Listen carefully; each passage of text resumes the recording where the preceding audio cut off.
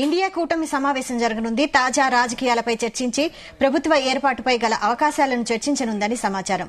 లోక్సభ ఎన్నికల ఫలితాల్లో బీజేపీ స్వల్ప ఆధిక్యంతో మ్యాజిక్ ఫిగర్ దాటింది. మూడోసారి ప్రభుత్వాన్ని ఏర్పాటు చేసేందుకు సన్నాహాలు ప్రారంభించింది. మరోవైపు ఇండియా కూటమి కూడా ప్రభుత్వాన్ని ఏర్పాటు చేసే అవకాశాలున్నాయంటోంది. ఈ క్రమంలో అధికార ప్రతిపక్ష పార్టీలు ఆ దిశగా చర్చలు జరుపుతున్నాయి. సాయంత్రం ఇండియా కూటమి తమతో కలిసొచ్చే నేతలతో భేటీ కానుంది.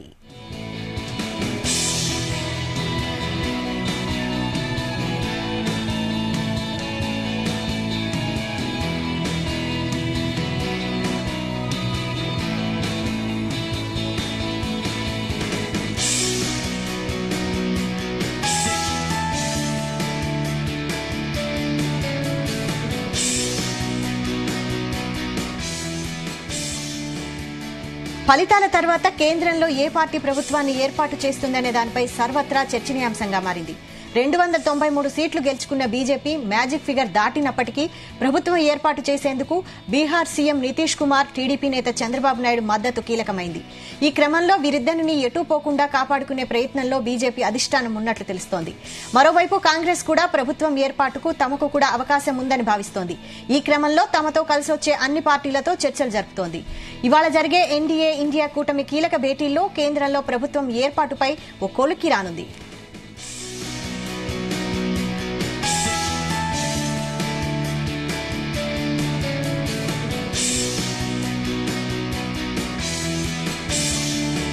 जैसे मैंने अभी कहा कि जिस दिन हमारा गठबंधन हुआ इंडिया, उसी वक्त हम सारे लोगों ने तय किया था कि किसी व्यक्ति को लेकर नहीं, लेकिन ये जो तानाशाही है देश में, उसको खत्म करना चाहिए, देश का संविधान बचाना चाहिए।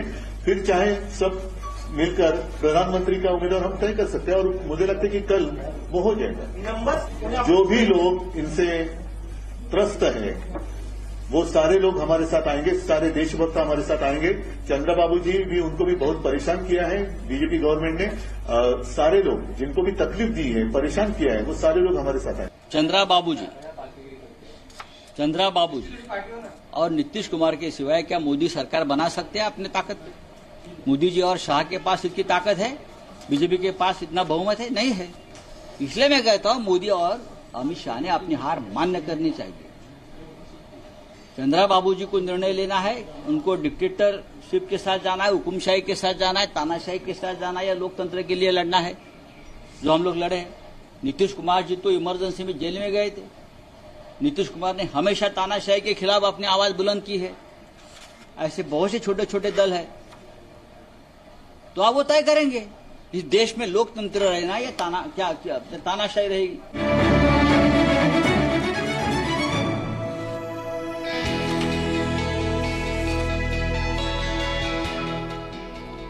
ఇండియా కూటమి సమావేశం జరగనుంది. తాజా రాజకీయాలపై చర్చించి ప్రభుత్వ ఏర్పాటుపై గల అవకాశాలను చర్చించనుందని సమాచారం.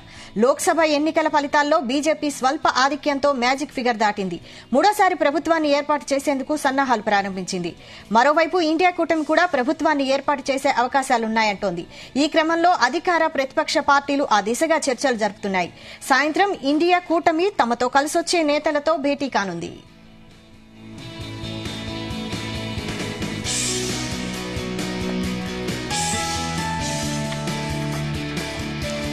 అధికార ప్రతిపక్ష పార్టీల చర్చలపై మరింత సమాచారం ప్రతినిధి శ్రీచరణ్ అందిస్తారు. శ్రీచరణ్,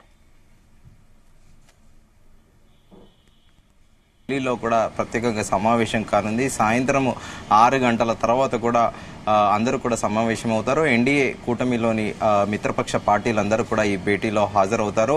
ఇప్పటికే ఉదయం ఆంధ్రప్రదేశ్ టీడీపీ అధినేత నారా చంద్రబాబు నాయుడుతో పాటు జనసేన అధినేత పవన్ కళ్యాణ్ కూడా ఢిల్లీ చేరుకున్నారు. సో ఇందాక ఒక హాఫ్ అన్ అవర్ బ్యాక్ కూడా ఢిల్లీకి బీహార్ ముఖ్యమంత్రి నితీష్ కుమార్ కూడా చేరుకున్నారు.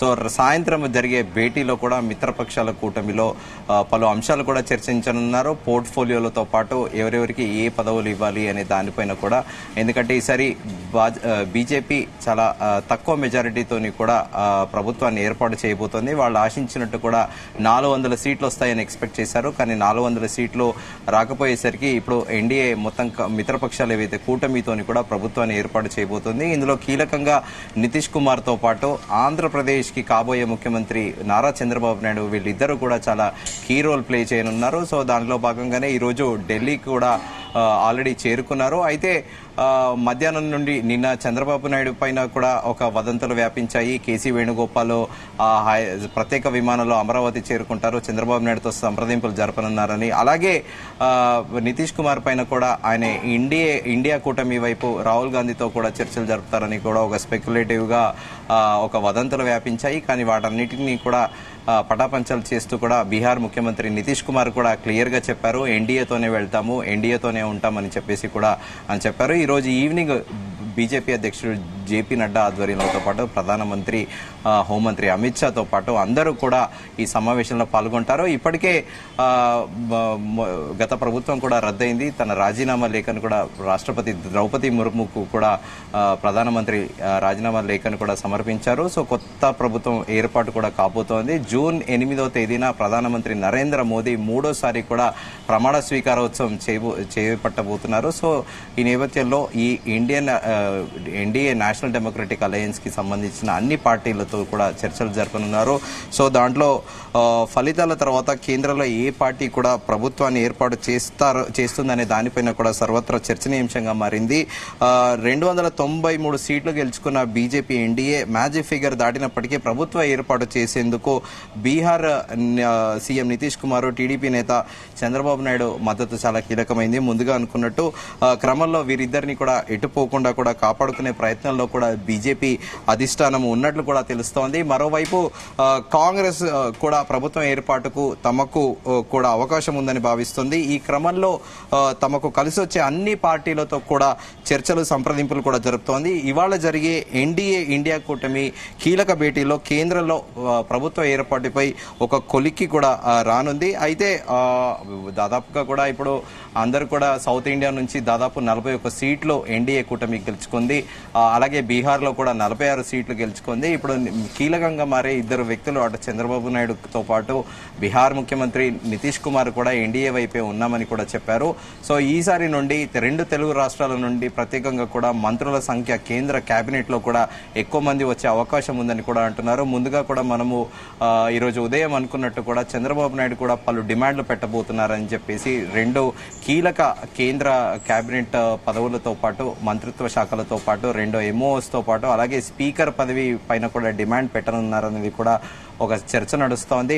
ఇప్పుడు నితీష్ కుమార్ కూడా బీహార్ ముఖ్యమంత్రి కూడా గతంలో కూడా ప్రధానమంత్రి నరేంద్ర మోదీని విభేదించారు, పలుమార్లు ఎన్డీఏతో ఉన్నారు, తర్వాత ఆయన కూటమి నుంచి వెళ్లిపోయారు. మళ్లీ మొన్న పార్లమెంట్ ఎన్నికల ముందు కూడా ప్రత్యేకంగా హోమ్ మినిస్టర్ అమిత్ షా బీహార్ వెళ్లి కూడా నితీష్ కుమార్ ని ఎన్డీఏ కూటమిలోకి కూడా తీసుకున్నారు. ప్రస్తుతము ఎన్డీఏ అయితే చాలా కాన్ఫిడెంట్ గా ఉంది ప్రభుత్వం ఏర్పాటు చేసే విషయంలో. దాదాపుగా కూడా అందరూ కూడా బీజేపీ వర్గీయులు కూడా అంటున్నారు మూడోసారిగా కూడా ప్రధానమంత్రి నరేంద్ర మోదీ ప్రధాని పదవి చేపట్టబోతున్నారు. దానికి ముహూర్తం కూడా ఖరారు చేశారు. 8వ తేదీన ప్రమాణ స్వీకారోత్సవం ఉంటుంది.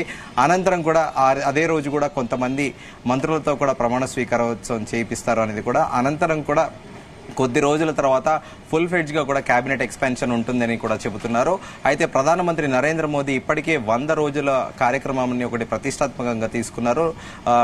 ఈ సెప్టెంబర్ నుంచి నవంబర్, డిసెంబర్ లో కూడా 3 రాష్ట్రాల అసెంబ్లీ ఎన్నికల నేపథ్యంలో ఆ 100 రోజుల కార్యక్రమాన్ని చాలా ప్రతిష్టాత్మకంగా తీసుకొని దాన్ని నిర్వహిస్తున్నారు. ఆ 100 రోజుల కార్యక్రమం అయిపోయినాక కూడా హర్యానా, జార్ఖండ్ తో పాటు 3 రాష్ట్రాల మహారాష్ట్ర ఎన్నికలకు కూడా వెళ్లాలని ప్రధానమంత్రి చాలా కృతనిశ్చయంతో ఉన్నారు. ఇప్పటికే దేవేంద్ర ఫడ్నవీస్ కూడా మాజీ ముఖ్యమంత్రి మహారాష్ట్ర, ఆయన కూడా ఇప్పటికే గ్రౌండ్ వర్క్ కూడా చేస్తున్నారనేది కూడా ప్రస్తుతం చర్చ నడుస్తోంది. సో ఈ 100 రోజుల ప్రోగ్రాం అనంతరం కూడా మళ్లీ అసెంబ్లీ ఎన్నికలకు వెళ్లాలని ప్రధాని ఆలోచన. ఇప్పుడు ప్రస్తుతానికైతే ఎన్డీఏ ప్రభుత్వానికి ఎలాంటి డోకా లేదనేది కూడా ప్రస్తుతానికి ఒక చర్చ నడుస్తోంది. ఎందుకంటే మేజర్ గా ఇద్దరు కీలక వ్యక్తులు కూడా ఎన్డీఏకి మద్దతు ఇస్తున్నారు. అలాగే దాంతోపాటు మరోసారి కూడా మన తెలుగు రాష్ట్రాలకు చెందిన వ్యక్తి కాబట్టి నారా చంద్రబాబు నాయుడు కీ రోల్ కూడా ప్లే చేయబోతున్నారు అనేది కూడా ఇప్పుడు చర్చ నడుస్తోంది. ఎన్డీఏ ప్రభుత్వానికి ఆయన కన్వీనర్ గా కూడా ఉండబోతున్నారు అనేది కూడా ప్రచారంలో ఉంది. దీనిపైన మనకి పూర్తి స్థాయి క్లారిటీ ఈ రోజు సాయంకాలము ఈ ఎన్డీఏ అలయన్స్ తోని ఏదైతే పార్టీలు మిత్రపక్ష పార్టీలతోని బీజేపీ ఈరోజు సమావేశం ఉంటుందో సాయంత్రం మనకి రాత్రి 8 గంటలకి దీనిపైన ఒక క్లారిటీ వచ్చే అవకాశం ఉంది. వైశాలి, రైట్. మరోవైపు కాంగ్రెస్ కూడా ప్రభుత్వం ఏర్పాటుకు తమతో కలిసి వచ్చే నేతలతో చర్చలు జరుపుతున్నట్టుగా తెలుస్తోంది. అప్డేట్స్